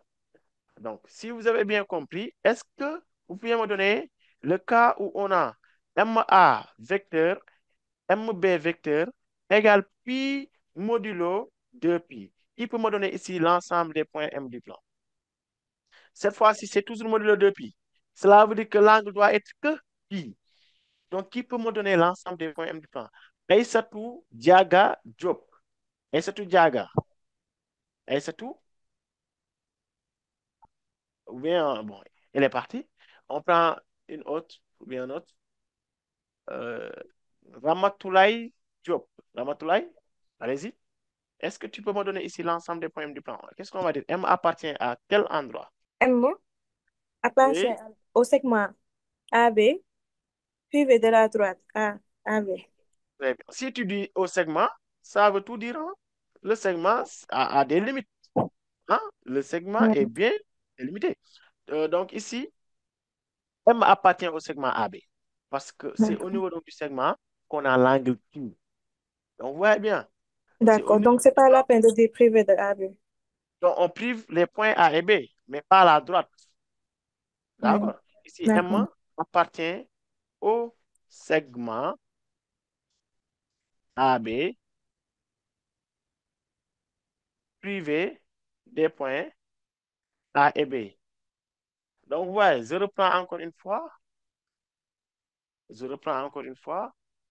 Donc, ici, si vous avez 0 modulo pi, c'est parce que j'ai mis modulo pi. L'angle peut varier. L'angle peut être 0 ou bien pi. Ça, à chaque fois, on peut ajouter pi. L'angle peut être 0 plus pi qui donne pi. L'angle peut être 0 moins pi, etc. L'angle peut être 0 ou pi. 0 ou pi veut dire quoi? On peut prendre toutes les positions de la droite. Donc, c'est toute la droite AB. 0 modulo de pi, l'angle doit être que 0. Et pour avoir 0, il faut être sur les demi-droites. Donc, on prend toute la droite privée du segment AB. Donc, et donc ici, pi modulo de pi, on doit occuper que le segment AB. Donc, vous voyez bien. Et je disais quoi? Lorsque vous avez 0 ou bien pi, les trois points sont alignés. Ce qui reste à faire, c'est de déterminer la position. Est-ce que le point M est sur la droite, sur les demi-droites, sur le segment? C'est ça. Lorsque l'angle c'est 0 ou pi. Maintenant, lorsque c'est pi sur 2, cela veut dire que les 3 points formeront un triangle rectangle. Et qui dit un triangle rectangle dit un cercle circonscrit à ce triangle. Donc, lorsque vous avez pi sur 2, il faut parler de cercle ou bien demi-cercle. Donc, ici, euh, si on a l'angle formé entre MA, MB égale à pi sur 2 modulo pi. Pi sur 2 modulo pi. Donc, pi sur 2 modulo pi, cela veut dire quoi? Que ici, tu as un triangle rectangle au point M. On a un triangle rectangle au point M. C'est-à-dire, si on a un cercle ici, on a un triangle rectangle au point M. Le cercle de diamètre AB, par exemple. Si on a un point M quelque part sur le cercle, ça sera toujours un triangle rectangle au point M. Ça peut être ici, en tout cas. Donc, c'est ça. Ça, c'est depuis la troisième, un triangle rectangle. Vous avez automatiquement un cercle circonscrit de diamètre, l'hypoténuse. Dans ce cas ici, qu'est-ce qu'il faut dire? C'est un cercle de diamètre AB privé des points A et B. Donc, toujours, il faut priver les points A et B. On prive les points A et B. Que ça soit une droite, un segment, etc. On prive les points A et B, d'accord? Donc ici, qu'est-ce qu'il faut dire? L'ensemble des points M du plan, ou bien M appartient au cercle de diamètre AB.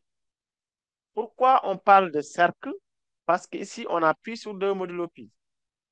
Pi sur 2 modulo pi veut dire que l'angle peut varier. L'angle peut être pi sur 2 ou bien moins pi sur 2. Donc, pi sur 2, c'est-à-dire si on est ici, là, vous avez le repère. Si on est ici, vous avez pi sur 2. Si on est ici, vous avez moins pi sur 2. Là, vous avez M ici. C'est une possibilité d'avoir ici M. C'est une possibilité aussi d'avoir ici M.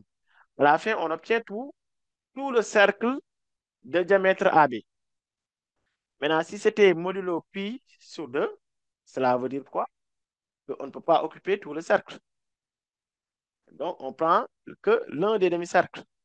Donc, par exemple, ici, MA, MB, bon, on va prendre plus ou moins pi sur 2, modulo 2pi. Donc, si c'est modulo 2pi, là, on doit avoir une partie. Parce que si c'est modulo pi, on peut avoir soit cette partie, soit cette partie. Donc, à la fin, on prend tout le cercle. Dans ce cas, si c'est pi sur 2, modulo 2pi, par exemple, soit on est sur cette partie seulement. Si c'est pi sur 2, on est sur cette partie. Si c'est moins pi sur 2, on est sur cette partie.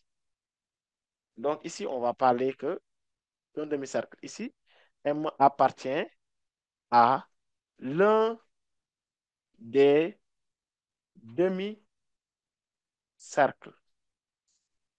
de diamètre AB. Bon, ici, on doit priver, hein, priver des points A et B. De diamètre AB, privé des points A et B. Donc, c'est ça. Oui, amis collègues. Donc, ici, ce sont ces euh, quatre propriétés qu'il faut connaître sur les arguments, hein, pour pouvoir donc ici déterminer l'ensemble des points du plan. Si vous avez des questions avant qu'on entame donc les exercices, je pense que pour les exercices, vu qu'on n'aura pas beaucoup de temps, de toute façon, vous aurez la correction des exercices à partir de votre compte. Donc, on va essayer seulement de traiter l'exercice pour l'exercice 3 ici. On va traiter l'exercice 3 et tout. Donc, c'est ça. Oui. Ami collègue Diouf. Ami collègue Diouf. Oui, monsieur. Oui, Si.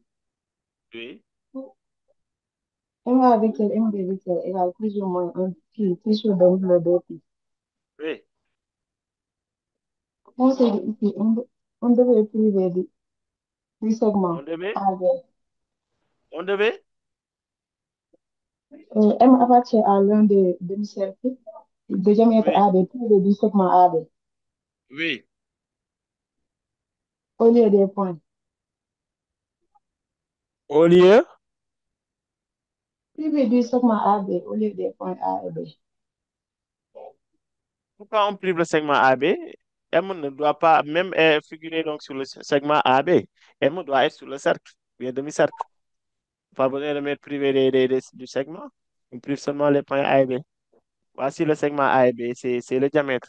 M ne doit même pas toucher à ce diamètre. M doit être sur le cercle, bien le demi-cercle, pas le segment. Pourquoi tu penses au segment? Oui, Habib lit. Habib, Oui, monsieur, oui. au niveau de l'interprétation, vous avez mis moins pi sur 2. Moi, je n'ai pas compris. Quel moins pi sur 2? Ce moins pi sur 2 là, ou bien? Oui, Puis, j'ai donné l'exemple. Si vous avez, par exemple, pi sur 2 ou bien moins pi sur 2 et que vous avez modulo de pi, hmm, oui, tu parles de ça, non? Dernier cas. oui, oui, Donc, j'ai mis plus ou moins. J'ai mis plus ou moins pi sur 2. Soit vous avez pi sur 2 ou bien moins pi sur 2. Lorsque vous avez ici modulo de pi, vous allez parler d'un demi-cercle. Hein? Par exemple, si on oui, avait mis seulement pi sur 2 modulo de pi, si c'était ça seulement, oui, et on va ici modulo de pi. Donc, si on met pi sur 2, on doit pas être sur la partie du cercle où il y a l'argument pi sur 2. Parce que pour le cercle, vous avez pi sur 2 ici et là, moins pi sur 2.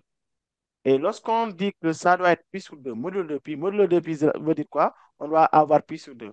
Pi sur 2 veut dire on doit être là où l'axe des imaginaire est positif.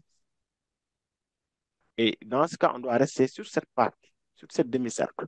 C'est pour cela qu'on doit mettre le demi-cercle de diamètre AB.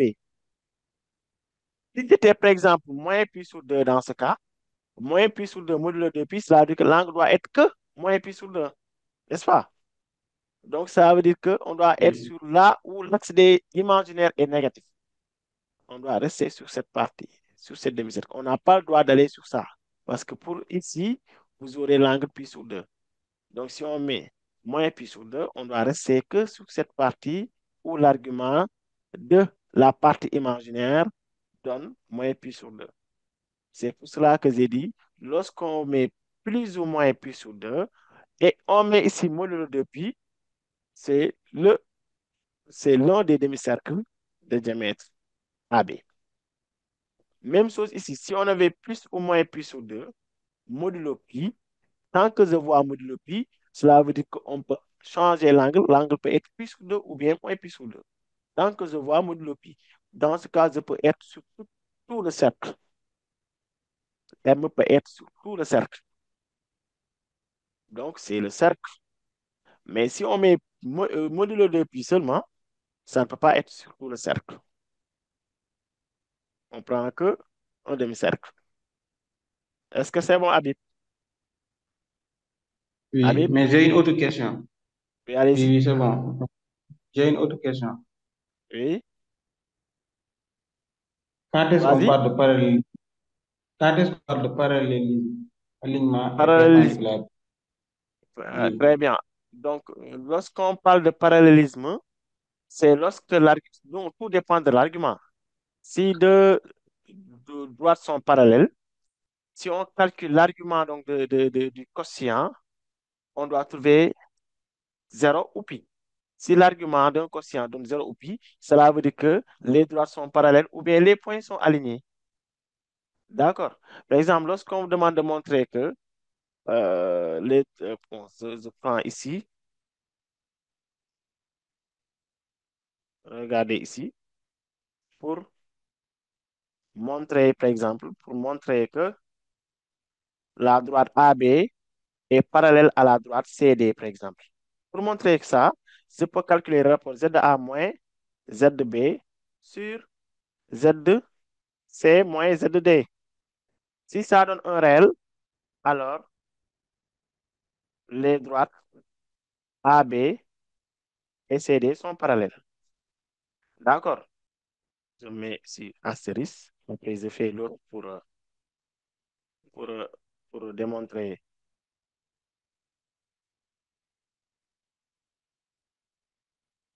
Donc ici, je vais mettre position, position et CD1. Maintenant, si on veut connaître la position, ça veut dire si les deux droites sont parallèles ou si les deux droites sont perpendiculaires. C'est bon. Dans ce cas, on calcule le rapport de ça. On peut mettre ZC moins ZD sur ZA moins ZB. On prend n'importe quel rapport. C'est bon. Dans ce cas, ici, si on calcule le réel, si on trouve un réel, l'argument de ce réel donne 0 ou pi.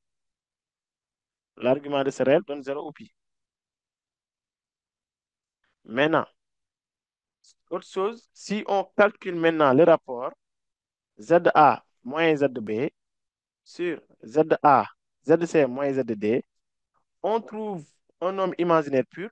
On va dire alors, la droite AB est perpendiculaire à la droite CD. Donc, vous voyez bien, tout dépend donc de ce calcul. Lorsqu'on vous demande de montrer que les droites sont parallèles, calculez le rapport. Si vous trouvez un réel, alors les droites sont parallèles. Si vous trouvez un nombre imaginaire pur, alors les droites sont perpendiculaires. Parce que lorsqu'on trouve un réel, il y en a certains qui appliquent aussi l'argument. Lorsqu'on trouve un réel, on calcule l'argument du réel, ça tombe sur 0 ou bien pi. Cela veut dire que les droites sont parallèles aussi. Donc, lorsqu'on calcule l'argument ici, ça veut dire que l'argument, argument de ZA moins ZB sur ZC moins ZD. Si cet argument égale 0, modulo pi 0 vient pi. Alors, AB parallèle à CD. On peut se baser aussi sur les arguments. Là aussi, si argument de ZA moins ZB sur ZC moins ZD égale pi sur 2 modulo 2 pi. Modulo pi. Alors, on peut dire que AB perpendiculaire à CD. Donc, vous avez ça pour démontrer la position de deux droites. Bien 3 points. Même si c'est 3 points, on peut prendre le rapport. Même si on avait dit, montrer que ABC sont alignés. Mais ABC forme un triangle rectangle. On prend le rapport de n'importe quel. On prend ici, on peut placer les points pour avoir une idée sur quel rapport donc, on doit établir. Ensuite, vous calculez le rapport. Vous rendrez rationnel, rendrez réel. Après, vous allez essayer de voir si on a un réel ou bien un nombre complexe, un nombre imaginaire pur. Vous voyez bien. Donc, ici, il est bientôt l'heure. On commence l'exercice maintenant. On commence l'exercice. Habib, j'espère que c'est bon. Habib, Mouche, oui, oui.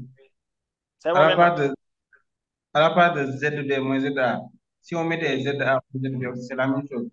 Si on mettait ZA plus, tu as dit Moins, moins. plus. Non, non, ZA moins. moins, si on mettait quoi? Si on permettait, on mettait ZB moins ZA aussi. C'est la même chose. Z, ouais, oui, oui, oui. On pouvait mettre ZB moins ZA, ZC moins ZD ou bien ZD moins ZC. Tu peux permuter comme tu veux. C'est bon? Oui. Très bien. Donc, rapidement, la correction de l'exercice 3.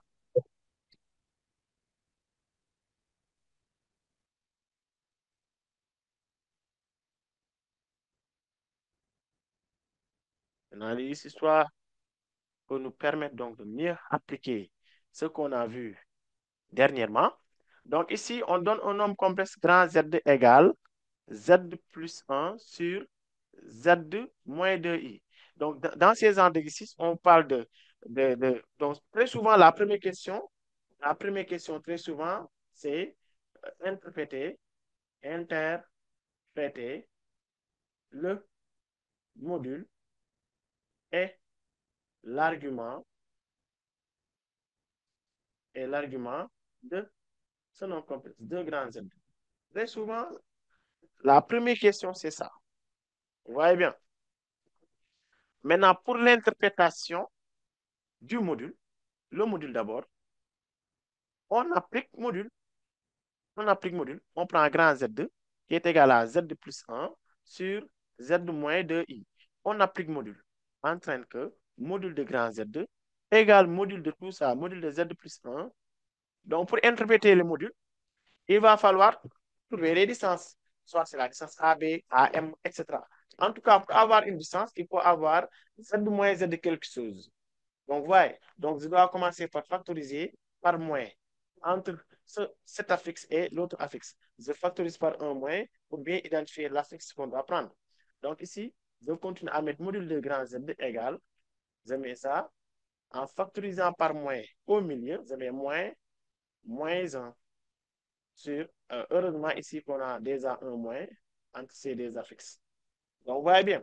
Et à partir de là, très souvent, c'est en fait, très souvent ici, sont des affixes qu'on nous donne déjà depuis le départ ou bien les solutions trouvées.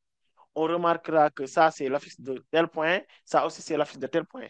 Mais ici, dans cet exercice, on ne nous a pas donné ça. On peut, dans ce cas, prendre des points.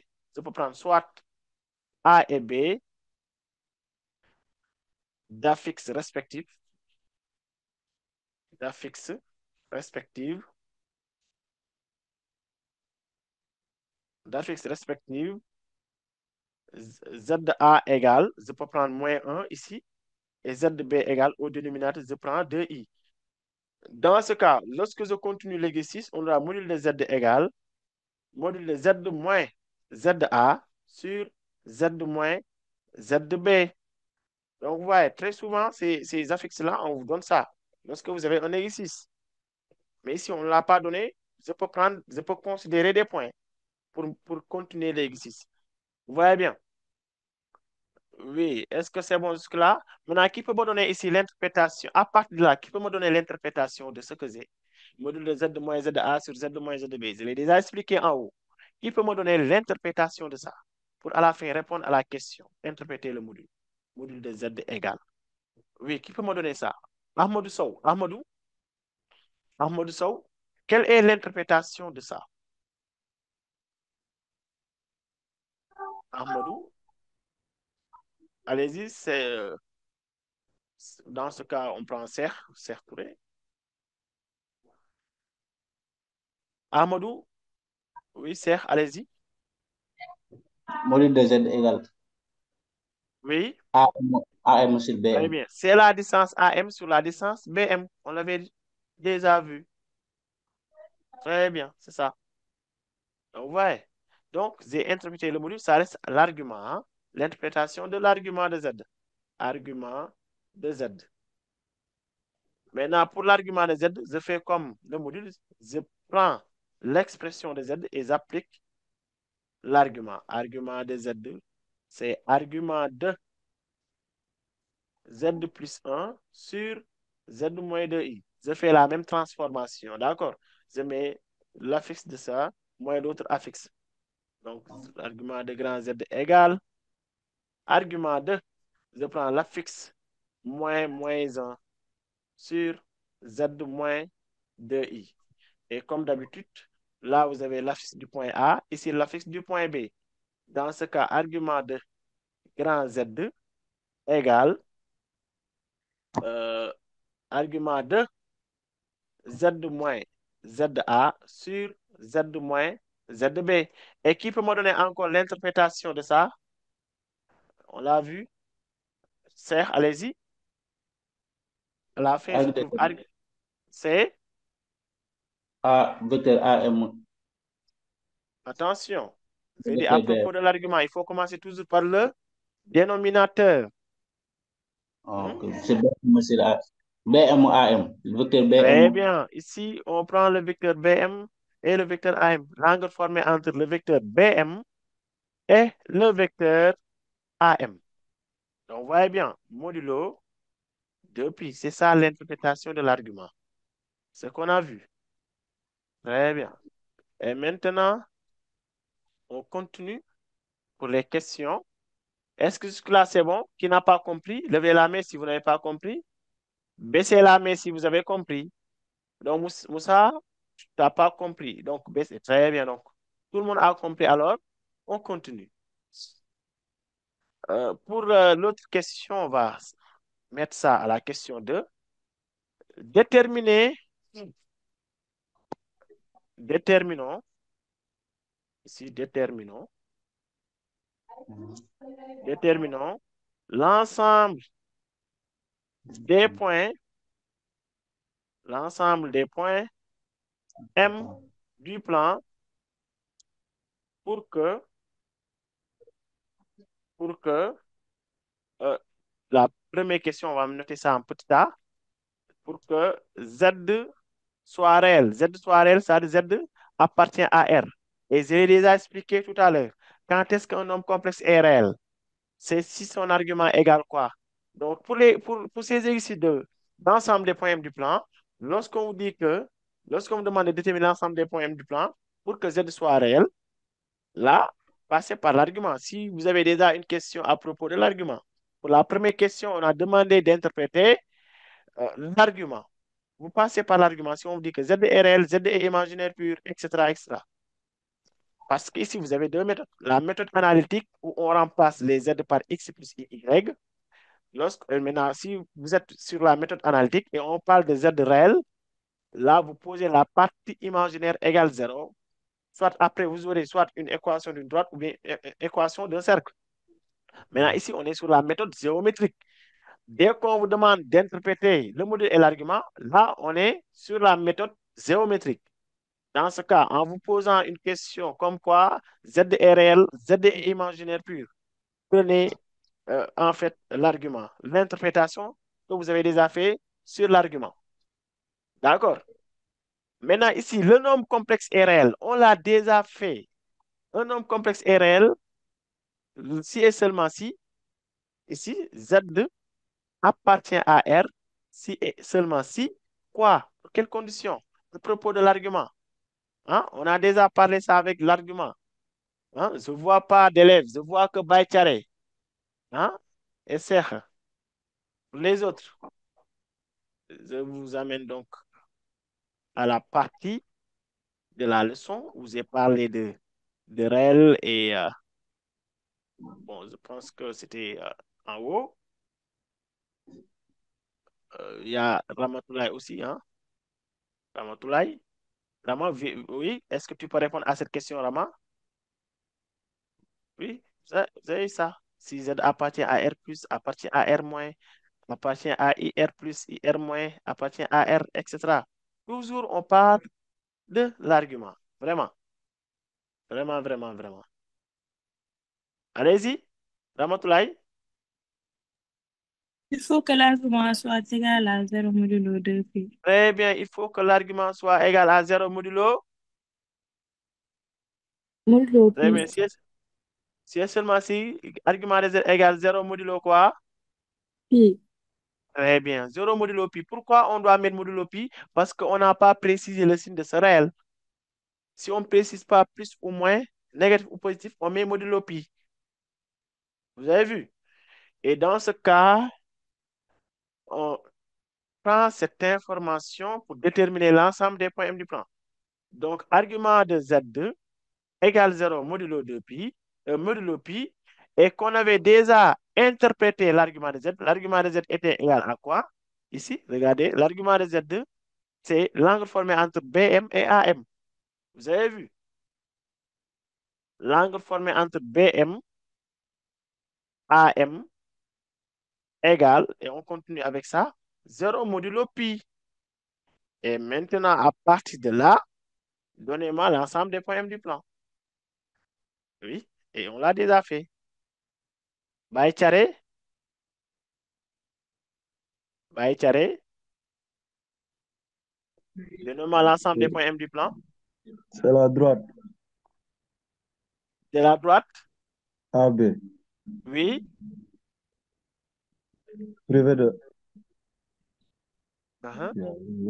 privé de A et B. Très bien. Donc, on avait déjà vu ça quelque part. 0 modulo pi, c'est la droite AB privée des points A et B. Hein? On l'avait déjà vu. On l'avait déjà vu ici. Donc, vous voyez bien, ici, 0 modulo pi, c'est la droite AB privée des points A et B. Donc, je vous donne la leçon et on l'applique, tout simplement. Donc, ici, on va dire que M appartient à la droite AB privée des points A et B. Très bien. Maintenant, pour le petit b, on vous dit que Z appartient à IR. Z est imaginaire pur. Hein? Oui, donnez-moi la condition pour que Z soit imaginaire pur. Ici, Z appartient à IR, si et seulement si. Donnez-moi la condition. Quand est-ce que le nombre complexe est imaginaire pur? Kole Cham. Kole. Kole Cham.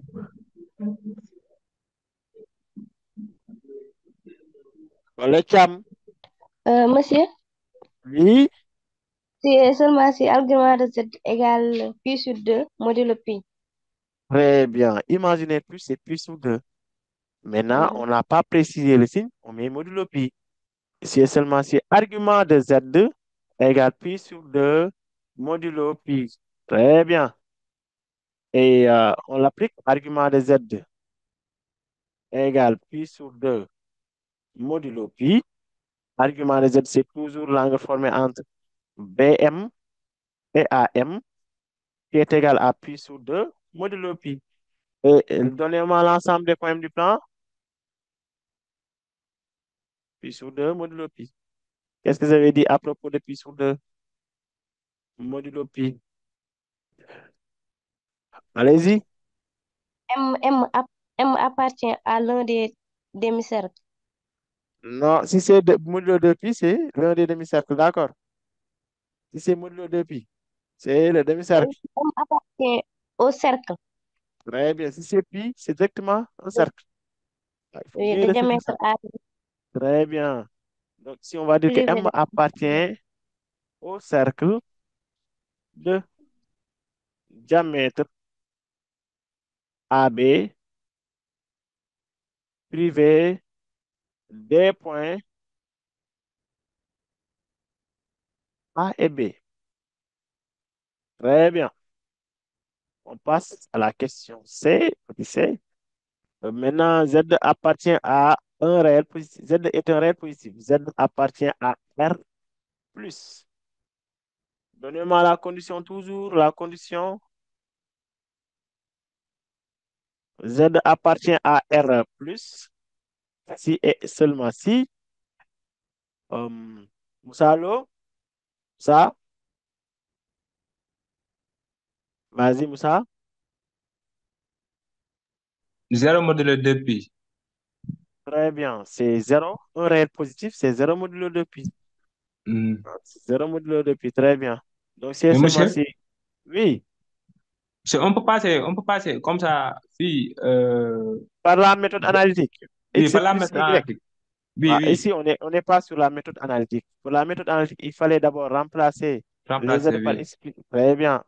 D'accord. Là, si vous avez un exercice comme ça, vous avez le choix entre la méthode analytique et la méthode géométrique. Bon, des fois, on peut préciser la méthode à passer à choisir.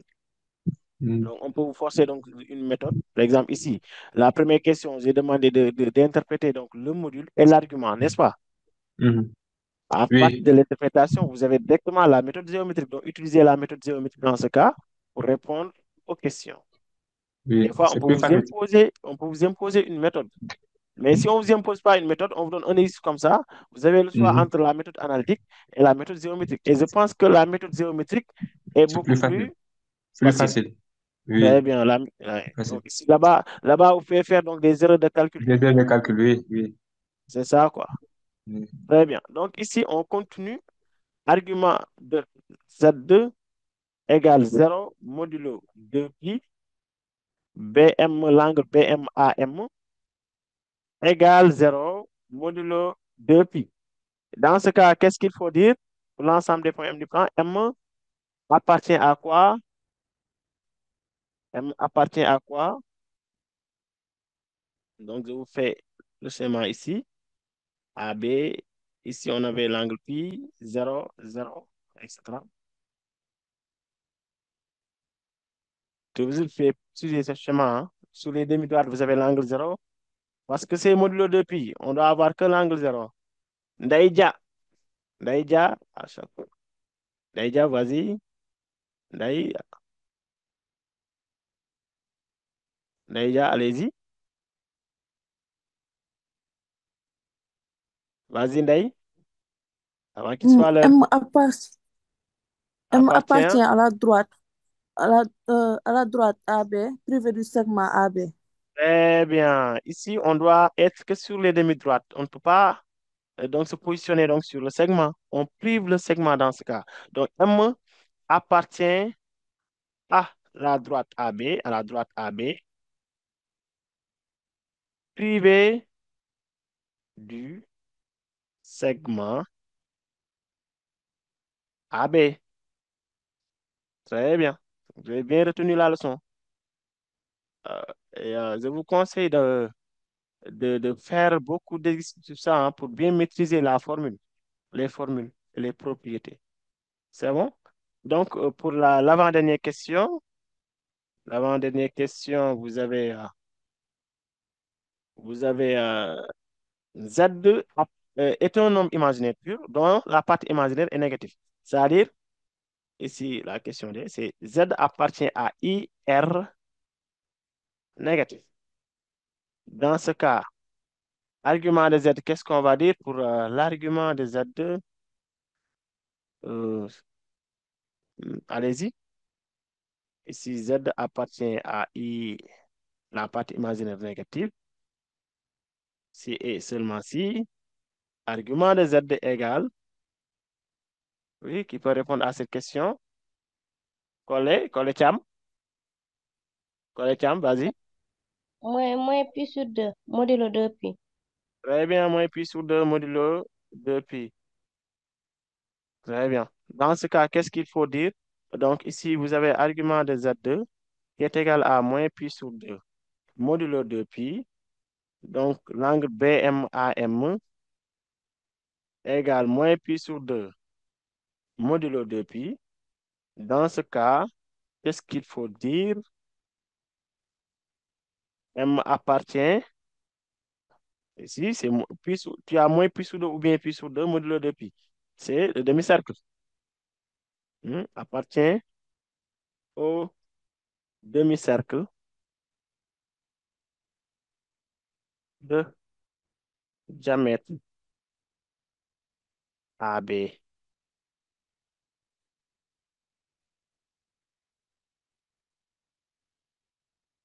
Donc, c'est ça. Et pour la dernière question,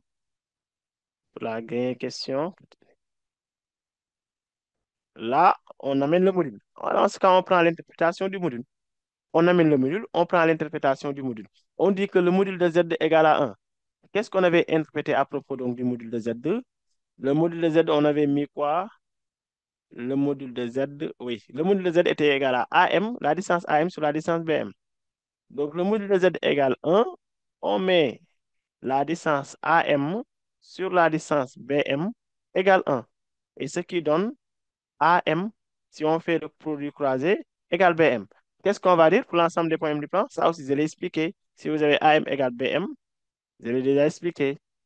Je remonte un peu. Donc, pour les distances, ça est là. Donc, MA égale K, c'est un cercle. MA égale BM, etc. Donc, ici, qu'est-ce qu'il faut dire? Je prends quelqu'un qui n'a pas encore participé. Aïssatou Niang. Aïssatou Niang, qu'est-ce qu'il faut dire pour l'ensemble des points du plan? M appartient. Aïssatou? Aïssatou Niang. Ou bien on prend quelqu'un d'autre. Ndai Binta Diata. Diata, allez-y. Ndai Binta. Ici, l'ensemble des points. M est Hmm? l'ensemble. M Oui. est l'ensemble des points du segment A. Segment. Non. Non, non, non, non, non, non. Du diamètre. Pas Et le diamètre, diamètre. on n'a même pas un cercle. Et tu parles Non, d'un de la diamètre. médiatrice, la médiatrice, je me suis trompée. Ah, La très bien, c'est médiatrice la du matrice. segment. Très bien. M Du segment appartient AB. à la Non, mais où? médiatrice. Et coupez votre micro. Coupez votre micro, s'il vous plaît. À la médiatrice de AB. Très bien. C'était tout maintenant. On a fait l'essentiel sur les nombres complexes en précisant que seulement, en faisant seulement les parties sur comment dire, sur les modules, les arguments, l'ensemble des poèmes du plan. On ne pouvait pas tout faire, mais c'était donc les parties qui posaient donc problème à certains élèves. Donc, ne vous en faites pas. On va y revenir, Inch'Allah, pendant les révisions. On va revenir donc sur les similitudes aussi, sur les similitudes, comment déterminer l'image d'un point, d'une droite, d'un cercle et tout, et sur les autres parties aussi du nombre complexe. Et pour le prochain cours, Inch'Allah, on fera les équations différentielles. Donc, vous allez faire donc la leçon sur les équations différentielles pour le prochain cours, Inch'Allah. Donc, c'est ça. C'était tout pour aujourd'hui. Donc, comment vous avez trouvé le cours? Est-ce que vous avez pu comprendre certains trucs qui vous posaient problème? Merci beaucoup, de rien. Merci beaucoup, monsieur de rien, Aïdamen. Donc, Liliane Tramatoulaye, tu as dit, on l'a pas fait en cours. Très bien, vous avez compris. Eh, c'est bien alors. J'ai tout compris. Très bien, Moussalo. Très bien. Et comme d'habitude, hein, comme aujourd'hui, il faut toujours être à l'heure. Il faut toujours être à l'heure pour ne rater aucune explication, aucune partie. D'accord? Et pour les équations différentielles, venez à l'heure. À 16h00 on démarre le cours. Donc, je vais expliquer tout. Les équations différentielles ne sont pas compliquées. Quand ce qu'on va faire des problèmes, pendant les révisions, Inch'Allah, pendant les révisions, vous aurez donc des sujets de type bac et la correction. Oui, c'est c'est bien. Merci, Baïtiare. Merci, Baïtiare. Les équations différentielles. C'est quand les révisions, pendant ce mois, le mois de mai, on démarre à partir de ce mois, Inch'Allah. Restez connectés seulement, de rien. Merci beaucoup, j'ai bien compris. Vous êtes excellent, Machallah. Merci beaucoup, Amina. Ouais. On est là pour vous quand même. On vous assistera, Inch'Allah, jusqu'au bac.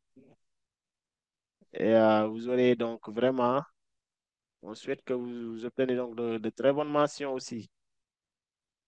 Et ça, merci, j'ai tout compris. Pas de quoi. Allez, donc, on se dit à la prochaine, Inch'Allah. Je vous remercie, vous tous. Allez, ciao.